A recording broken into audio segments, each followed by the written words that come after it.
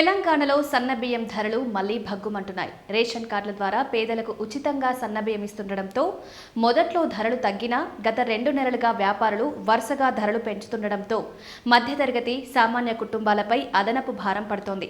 HMT, BPT, Telangana Sona, Samba, జై శ్రీరామ్ వంటి రకాల ధరలు క్వింటాల్కు 800 నుంచి 1200 వరకు పెరిగినట్లు మార్కెట్ వర్గాలు చెబుతున్నాయి.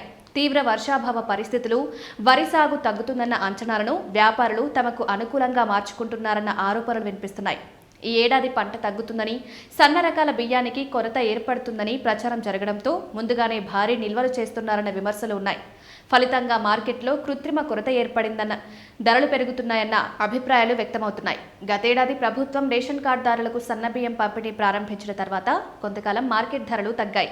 హెచ్ఎంటీ, కర్నూలు మసూరి, జై శ్రీరామ్, ఆర్ఎన్ఆర్, సాంబా రకాల ధరలు క్వింటాల్కు దాదాపు 1000 రూపాయల వరకు తగ్గాయి. అయితే జూలై నుంచి పరిస్థితి ఒక్కసారిగా మారిపోయింది. ప్రస్తుతం నాణ్యత, పాత పంట, పాలిషింగ్, బ్రాండ్ను బట్టి హోల్సేల్ మార్కెట్లో సన్నబియ్యం క్వింటాల్ ధర 5400 నుంచి 7000 వరకు పలుకుతోంది. రిటైల్ మార్కెట్లోనూ ధరల పెరుగుదల స్పష్టంగా కనిపిస్తోంది. సన్నబియ్యం కిలో ధర 55 రూపాయల నుంచి 75 రూపాయల వరకు ఉండగా ప్రీమియం ప్యాకెట్ రకాల ధరలు 65 నుంచి 75 రూపాయల వరకు ఉన్నాయి. మహబూబాబాద్లో జూన్లో క్వింటాల్కు 4600గా ఉన్న హెచ్ఎంటీ ధర ఆగస్టులో 5500 వరకు చేరింది.